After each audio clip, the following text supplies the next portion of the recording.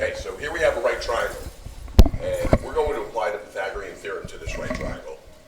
And when we look at the triangle, you can notice the three sides are labeled A, B, and C.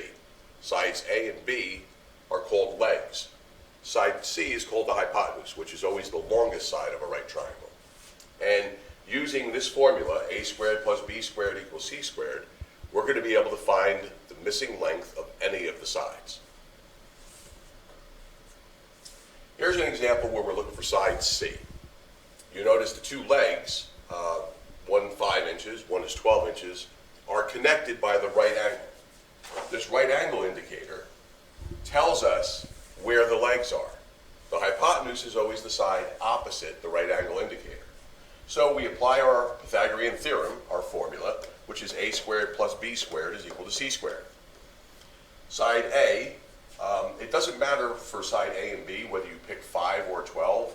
They're interchangeable because they're both legs. Side A will make 5, side B will be 12. Side C is the side we're looking for.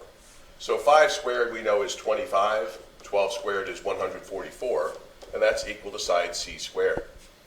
25 plus 144 is 169, and that's equal to side C squared. At this point, you're going to have to take the square root.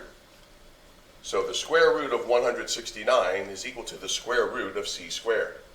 Well, the square root of 169 is 13, and the square root of C squared, the square root and the square basically cancel each other out.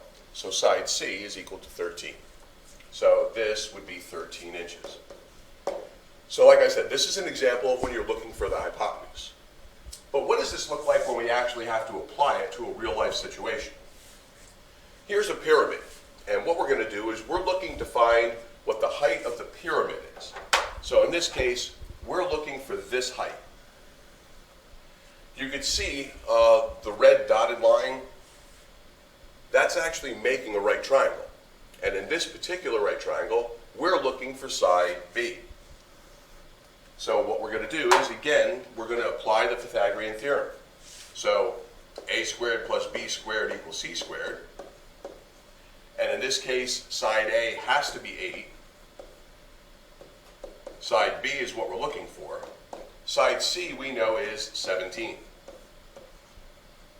8 squared is 64, plus b squared is equal to 289.